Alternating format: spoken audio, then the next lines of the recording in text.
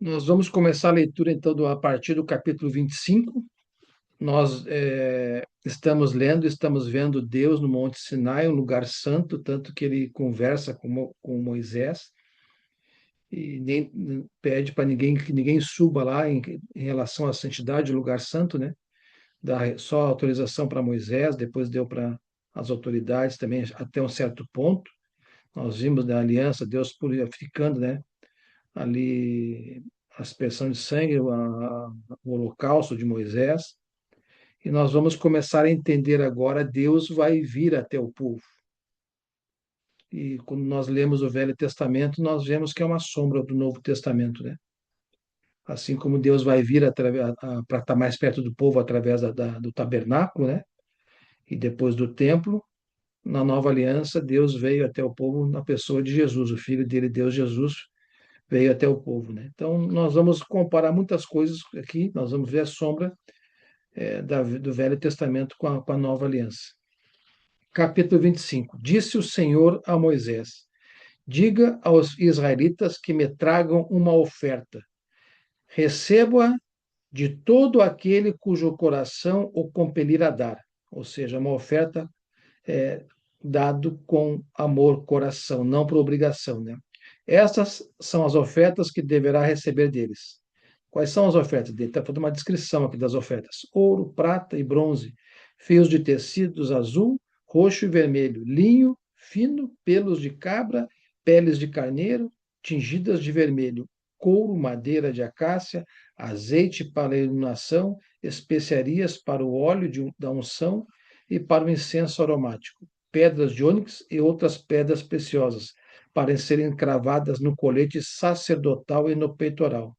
E farão um santuário para mim, e eu habitarei no meio deles.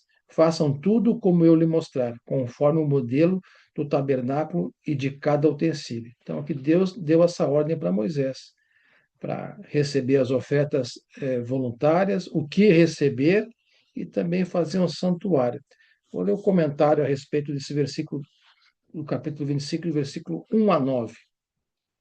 Então, aqui nós vemos as ordens de Deus a Moisés para recolher ofertas voluntárias, construir um santuário e seguir um modelo divino. Esses versículos marcam o início da preparação para o tabernáculo, o lugar onde Deus habitaria com o povo de Israel. Hoje, na nova aliança, Deus habita conosco em nosso corpo, nossos corações, através do batismo, né? Nós recebemos o Espírito Santo de Deus.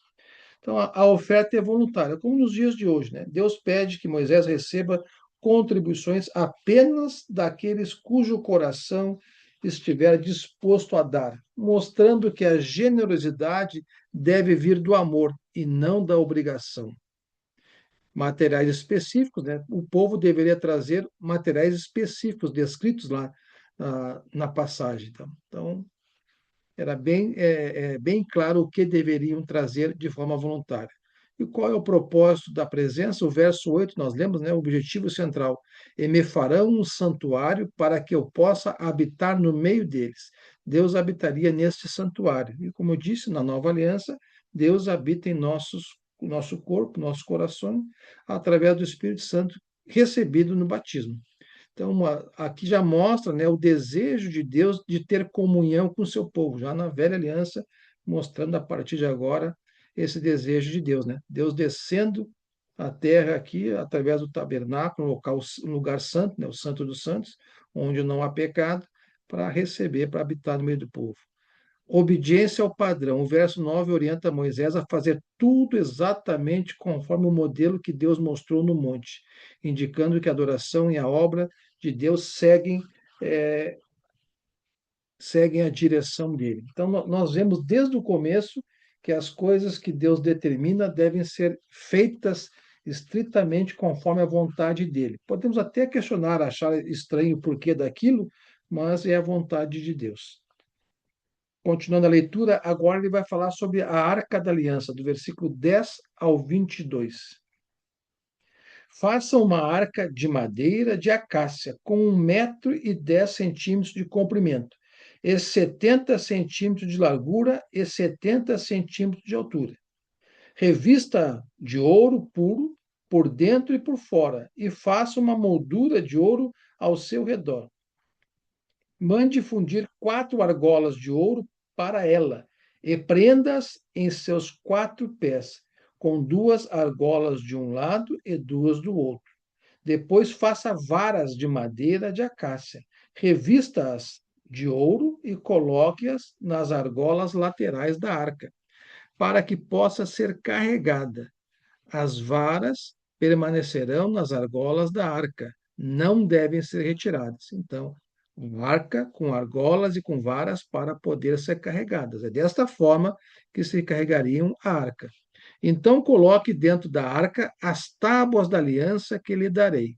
E nós vemos lá em 2 Samuel, capítulo 6, versículos 6 e 7, desculpe, nós vemos lá em Deuteronômio, capítulo 10, versículos 4 e 5, e também em Números, capítulo 17, versículos 10 e 11, que as tábuas estão dentro da arca, foram colocadas, né? Números foi Moisés escrevendo para a primeira geração, e Deuteronômio repetindo a lei para a segunda geração que vai entrar na terra de Canaã. E nós vemos também em Hebreus, capítulo 9, versículo 4, que dentro da arca estavam as tábuas com os mandamentos, o pote com o maná, na ordem que nós vimos lá, para guardar um pote, para a geração futura conhecer o maná, e também vemos aqui, vamos ver também a leitura, a vara de Arão que floresceu estar também à frente desta arca. Então faço uma tampa de ouro puro com 1,10 m de comprimento por 70 centímetros de largura, versículo 17, com 2 querubins de ouro batido nas extremidades da tampa. Faça um querubim numa extremidade e o segundo na outra extremidade, formando uma só peça com a tampa. Os querubins devem ter suas asas estendidas para cima, cobrindo com elas a tampa. Ficarão de frente um para o outro, com o rosto voltado para a tampa. Coloque a tampa sobre a arca e dentro dela as tábuas da aliança que darei a você. Ali sobre a tampa, no meio dos 2 querubins que se encontram sobre a arca da aliança, eu me encontrarei com você. Então ali estará Deus com a presença dele. Ele darei todos os meus mandamentos destinados aos israelitas. Então vamos ler o comentário sobre a Arca da Aliança, dos versículos 10 a 22. Então nós vimos aqui que detalham a construção da Arca da Aliança, a caixa de madeira revestida de ouro, que representa o trono de Deus e guardava as tábuas da lei. A tampa, chamada de propiciatório, era o local exato onde Deus falaria com Moisés e onde a sua presença habitava. Então, o texto se divide em 2 partes principais. Primeira parte, a construção e os materiais, do versículos 10 a 16. A arca deveria ser feita de madeira de acácia, altamente resistente e coberta de ouro puro por dentro e por fora. Isso simboliza a união entre a natureza humana, que é a madeira, e a natureza divina, que é o ouro, de Jesus Cristo. As argolas e varas serviam para que ela fosse carregada, sem que ninguém a tocasse diretamente, demonstrando respeito pela santidade de Deus.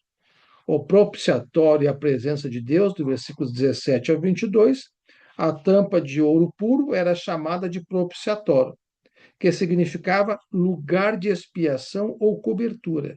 Sobre ela foram colocados 2 querubins de ouro, com as asas estendidas, simbolizando a guarda e a santidade do trono divino. No versículo 22, Deus promete que encontraria com Moisés ali, ele daria todas as ordens. O significado espiritual, esse trecho é um dos símbolos mais claros do Antigo Testamento sobre a obra de Jesus. A lei. Dentro da arca ficavam as tábuas da lei, que representavam a nossa condenação por causa do pecado. A cobertura, a tampa, o propiciatório cobria a lei. No Novo Testamento, Jesus é apresentado como nosso propiciatório. Está lá em Romanos capítulo 3, versículo 25.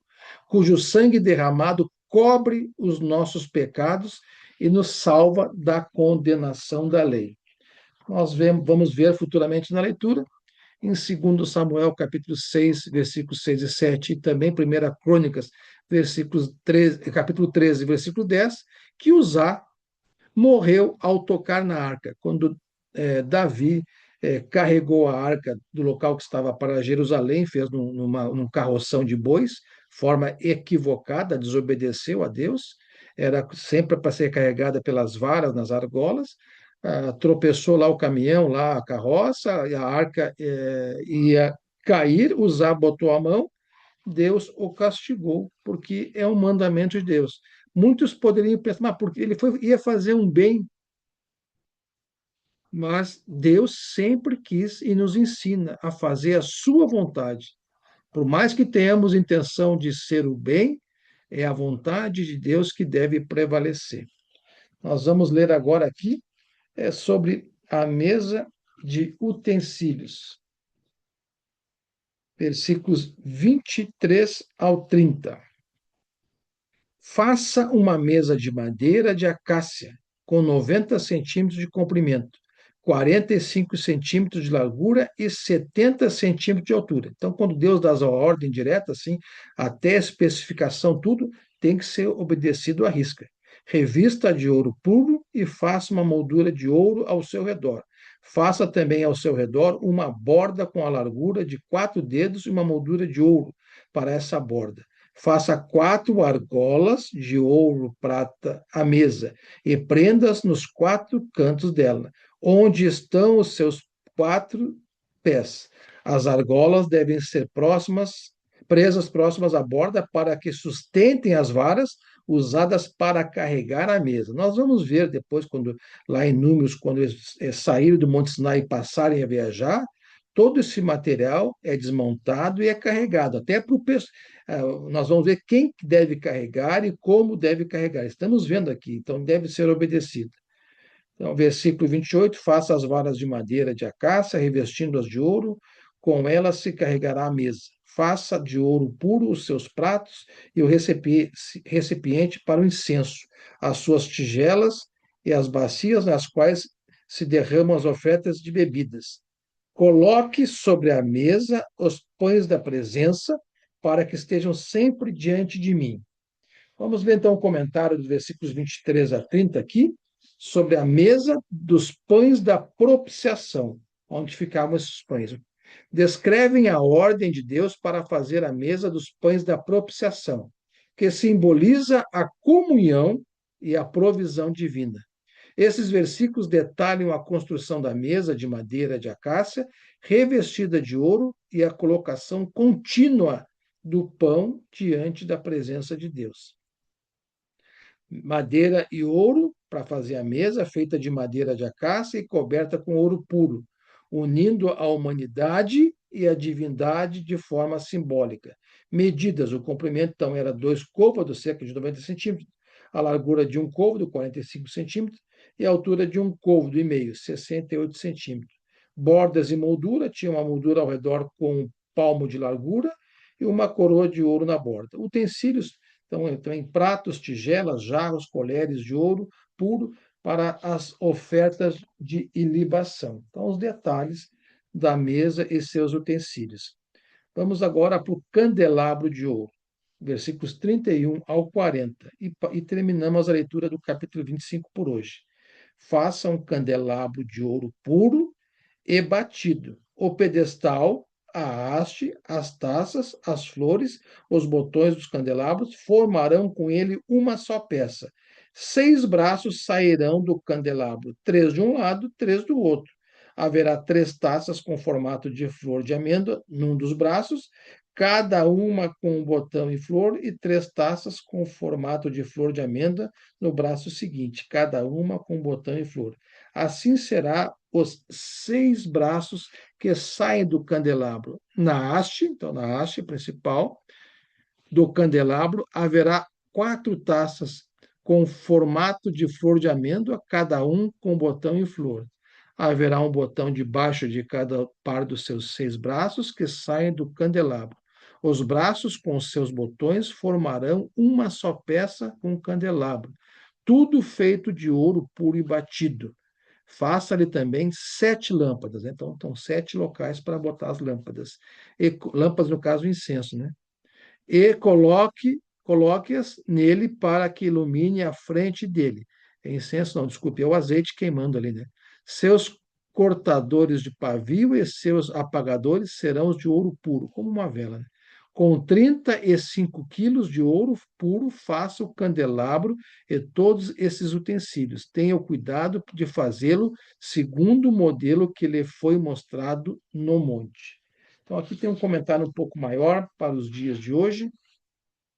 Então, descreve as instruções detalhadas dadas por Deus a Moisés para a confecção do candelabro de ouro puro, conhecido como a menorá, que ficaria dentro do tabernáculo, né? O material, o candelabro, deveria ser feito inteiramente de ouro puro e batido, pesando 1 talento, então 34 quilos aproximadamente. A estrutura possuía uma haste central e 6 hastes que saíam dos seus lados, 3 de um lado e 3 do outro, totalizando então 7 braços com suporte para as lâmpadas, né? O azeite de oliva queimando ali. Decoração, design incluía detalhes ornamentais inspirados na natureza, formados por cálices em formato de flor de amendoeira, botões e flores alternados. Combustível, as lâmpadas deveriam ser abastecidas com azeite puro de oliva esmagado para manter a chama acesa continuamente. Trazendo um pouquinho isso para Apocalipse, para os dias de hoje, né? Nós somos a luz do mundo, né? Então, se nós lemos Apocalipse capítulo 1, versículos 12 e 20, ali quando Jesus fala, né, o candelabro, o candelabro é a igreja. Então ele escreve as 7 igrejas, os 7 candelabros, né? Apocalipse capítulo 2, versículos 1 e 5, fala também que, vamos ler, eu vou ler para ficar bem melhor aqui, para a gente entender melhor aqui a comparação da luz lá na velha aliança com a luz na nova aliança. Capítulo 1, versículos 12 e 20. Vou ler aqui do versículo 9 em diante. Eu, João, irmão e companheiro de vocês no sofrimento, no reino e na perseverança em Jesus, estava na ilha de Patmos por causa da palavra de Deus e do testemunho de Jesus. No dia do Senhor, domingo, achei-me no Espírito Santo, e ouvi por trás de mim uma voz forte, como de trombeta, que dizia, né? Escreva num livro, era Jesus, né? O que você vê e envie a estas 7 igrejas: Éfeso, Esmirna, Pérgamo, Tiatira, Sardes, Filadélfia e Laodiceia. Voltei-me para ver quem falava comigo. Voltando-me, vi 7 candelabros de ouro. Então, 7 igrejas. E entre os candelabros, alguém semelhante a um filho do homem, com uma veste que chegava aos seus pés e um cinturão de ouro ao redor do peito. Jesus, né? Sua cabeça e seus cabelos eram brancos como a lã, tão branco quanto a neve, e seus olhos eram como uma chama de fogo. Seus pés eram como o bronze numa fornalha ardente, e sua voz como um som de muitas águas. Tinha em sua mão direita 7 estrelas, e da sua boca saía uma espada afiada com 2 gumes. Sabemos que é a palavra de Deus, né? Sua face era como um sol quando brilha em todo o seu fulgor. Quando o vi, caí a seus pés como morto. Então ele colocou a sua mão direita sobre mim e disse: Não tenha medo, eu sou o primogênito, Cristo, e o último. Sou aquele que vive. Estive morto, mas agora estou vivo para todo sempre. Amém. E tenho tenho as chaves da morte e do Hades. Escreva, pois, as coisas que você viu, tanto as presentes como as que acontecerão. Este é o mistério das 7 estrelas que você viu em minha mão direita e dos 7 candelabros. As 7 estrelas são os anjos das 7 igrejas, né? São aqueles que representam a igreja lá. E os 7 candelabros, que estamos lendo aqui agora, são as 7 igrejas. Então, o candelabro, a luz, representa, né? Representa hoje, no dia de hoje, a igreja do Senhor. Então, Apocalipse, capítulo 2, versículos 1 e 5. Ao anjo da igreja em Éfeso, escreva: Estas são as palavras daquele que tem as 7 estrelas em sua mão direita e anda entre os 7 candelabros, ou seja, sobre as igrejas, as nossas congregações hoje, de ouro. Conheço as suas obras, o seu trabalho árduo e a sua perseverança. Sei que você não pode tolerar homens maus, que pôs à prova os que dizem ser apóstolos, mas não são. Então a igreja lá perseverava nisso, né? Os falsos mestres. E descobriu que eles eram impostores. Nós temos esse cuidado, temos que ter hoje, nos dias de hoje. Você tem perseverado e suportado os sofrimentos por causa do meu nome e não tem desfalecido. contra você, uma observação então para a igreja de Éfeso, tenho isto: você abandonou o seu primeiro amor. Muitas vezes nós vemos isso, né? Quando nós nos batizamos, chegamos todo amorosos para com Deus, para com a igreja, saímos das águas amorosos, cheio de vontade para com Deus e para com a igreja, mas deixamos de estudar, deixamos de perseverar, vai esfriando, né? Então aqui pede para voltar para o seu primeiro amor. Lembre-se de onde caiu. Arrependa-se e pratique as obras que praticava no princípio, né? No princípio praticavam boas obras, mas vai esfriando, né? Os irmãos vão esfriando e vão abandonando, não praticam mais nem obras, né? Se não se arrepender, virei a você e tirarei o seu candelabro do lugar dele, ou seja, uma igreja morta, né, vai perder a luz que é Cristo. Imagine hoje uma igreja sem Cristo. Então, o arrependimento não havendo, o candelabro é retirado, ou seja, a luz que é Cristo é retirada. Não está naquela igreja morta, né? Portanto, uma igreja sem luz é como um clube social. Quantas vezes já ouviram isso, né? Aquela igreja que é um clube social, onde as pessoas vão quando quer, festas, almoço, mas obras mesmo não tem. Isso acontece. Pode acontecer com um grupo, com outros, e a igreja tem que exortar irmãos assim que frequentam a igreja como se fosse um clube social. Num clube a gente é sócio e nós frequentamos quando quisermos. Não perdemos o título de sócio, mas aí na igreja não é assim. Nós somos a luz quando praticamos a palavra em nossa vida e não quando apenas falamos da palavra. Tiago 1:22 fala, né? Sejam praticantes da palavra e não apenas ouvintes. Então, o cuidado que nós temos que ter, a começar por mim, que conhecemos a palavra, falamos da palavra, ensinamos, mas não praticamos. Candelabro, ou em outras versões é falado como castiçal, é a mesma coisa, deveria ficar sempre aceso no tabernáculo, né? No templo e depois no templo. Então, hoje na igreja, a luz de Cristo que habita em nós, nós somos a luz do mundo, tem que ficar sempre acesa, não quando nos reunimos com a igreja apenas, mas principalmente quando estamos no mundo. Sempre aceso em nossos corações através do Espírito Santo que habita no cristão. É assim que nós mantemos a luz acesa, graças ao Espírito Santo que habita em nós. Temos que viver pelo Espírito Santo de Deus e não mais pela carne.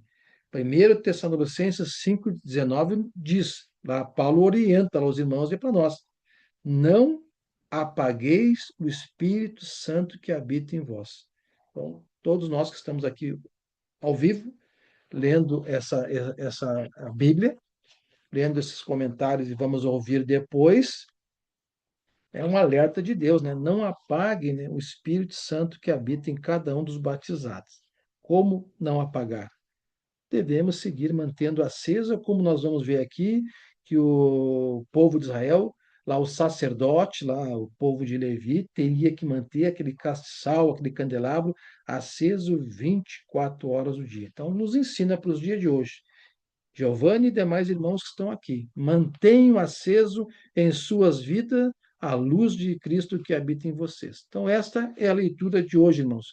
Capítulo 25 de Êxodo.